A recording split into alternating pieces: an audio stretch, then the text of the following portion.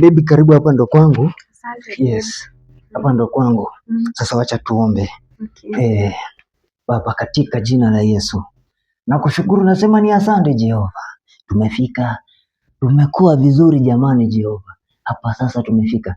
Lakini Jehova, kitu mimi nasema ya kwamba wewe ni demu wangu, lakini tutaishi bila, sitamguza kiovyo ovyo.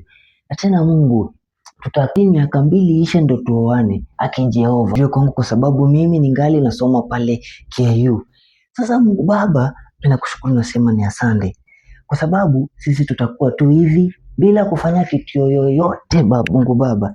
Mungu Baba, nasema ni asante Jehova. Sasa kitu Mungu nakuomba tu umufumbe macho kabisa, asikuwa anaona wanaume wengine pale nje. Mungu Baba, ni hayo machache naomba, nataka kwa mimi.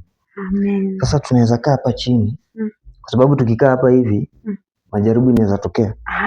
Babe. Tutakaa hapa hivi kwa floor. Babe, siwezi kaa chini. Mimi siwezi kaa chini. I thought wewe ni bad boy, wewe ni mtu wa kupati, tunakunywa mashisha, tunavuta mashisha. No. Mimi nimelelewa na mama yangu kwa njia ya Kristo. Kwa njia ya Kristo kabisa.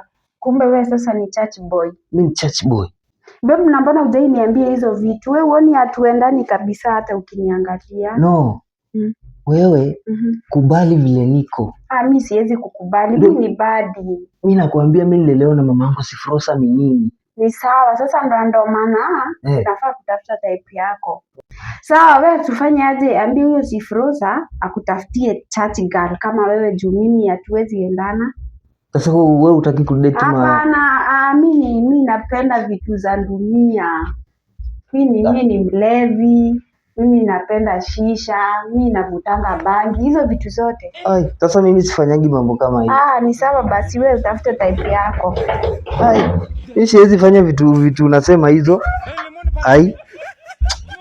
Never. Chata nitulie, ni kwa single tu.